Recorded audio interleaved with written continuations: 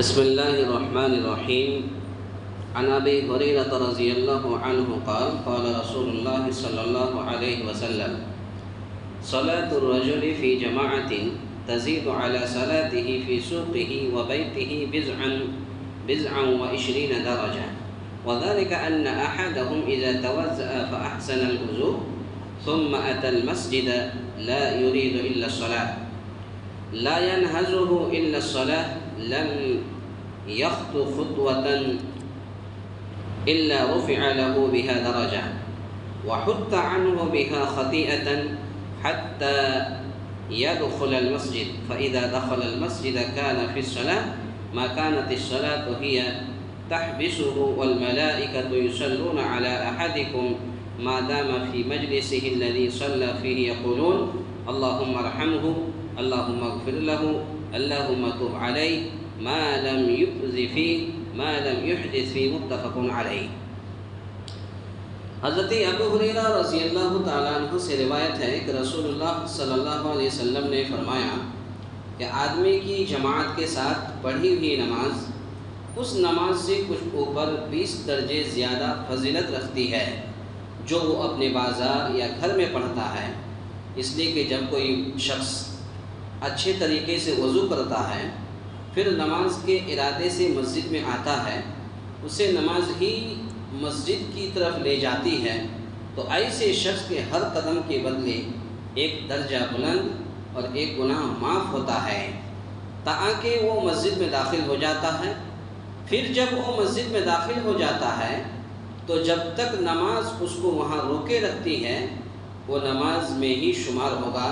یعنی جماعت کے انتظار میں یا ذکر الہی میں یا دعا میں مصروف جب تک مسجد میں رہے گا وہ اللہ کے ہاں نماز کی حالت میں سمجھا جائے گا، اور فرشتے تمہارے ایک آدمی کے بارے میں رحمت کی دعا کرتے رہتے ہیں جب تک وہ اپنے اس مجلس میں بیٹھا رہے جس میں اس نے نماز پڑھی ہے۔ فرشتے کہتے ہیں: اللہم ارحمہ، اے اللہ اس پر رحم فرما، اللہم اغفر لہ، اے اللہ اس کو بخش دے، اور اللہم تب علیہ، اے اللہ تو اس پر رجوع فرما۔ یا یہ دعائیں اس کے حق میں اس وقت تک جاری رہتی ہیں جب تک وہ کسی کو ایذا نہ پہنچائے، جب تک بے وضو نہ ہو۔ اس حدیث کو امام بخاری اور امام مسلم رحمۃ اللہ علیہ اپنی حدیث کے اندر نقل کیا ہے۔ اس حدیث سے معلوم ہوا کہ بازاروں اور گھروں میں بہت سارے لوگ بازار چلے جاتے ہیں یا ایسی جگہ چلے جاتے ہیں جہاں پر مسجد نہیں ہے، کھیت کھلیان ہے، چٹیل میدان ہے، تو ظاہر سی بات ہے وہاں بھی اس کو نماز پڑھ لینا ہے، چاہے وہ بازار ہو، چاہے یا کسی وجہ سے مسجد میں نہیں آ سکا تو گھروں میں نماز پڑھ لینی چاہیے۔ تو بازاروں میں اور گھروں میں اکیلے نماز پڑھنی جائز تو ہے، لیکن جماعت کے ساتھ پڑھنے کی 25، 26 یا 27 درجے زیادہ فضیلت ہے۔ یعنی اگر کوئی شخص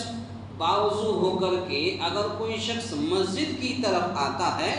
تو اس کے ہر قدم کے بدلے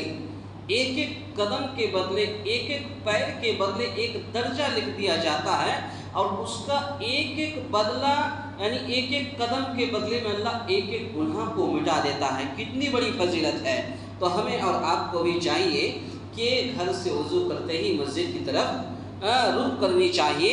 تو گویا کہ اگر کوئی شخص مسجد سے یا گھر سے وضو کر کے مسجد کی طرف آتا ہے اور مسجد میں جماعت میں شامل ہوتا ہے تو مسجد میں نماز پڑھنا یا گھر اور بازاروں میں یا کھیت کھلیان میں نماز پڑھنا یہ بہت فرق ہے۔ اگر کوئی مسجد میں نماز پڑھتا تو 27 درجہ زیادہ فضیلت ہے، جیسا کہ دیگر روایت میں ہے کہ نماز کو دیگر اعمال خیر سے افضل ہے، کیونکہ فرشتے بھی نمازی کے حق میں دعائے خیر کرتے رہتے ہیں۔ اس سے ایک بات یہ بھی معلوم ہوا کہ اگر کوئی شخص وہ گھر سے وضو کر کے مسجد کی طرف آتا ہے، مسجد میں نماز پڑھتا ہے، تو ایسے لوگوں کے لیے فرشتے بھی ان کے حق میں خیر کی دعائیں کرتے ہیں۔ اس سے ایک مسئلہ یہ بھی معلوم ہوتا ہے کہ اگر کوئی شخص گھر سے وضو کر کے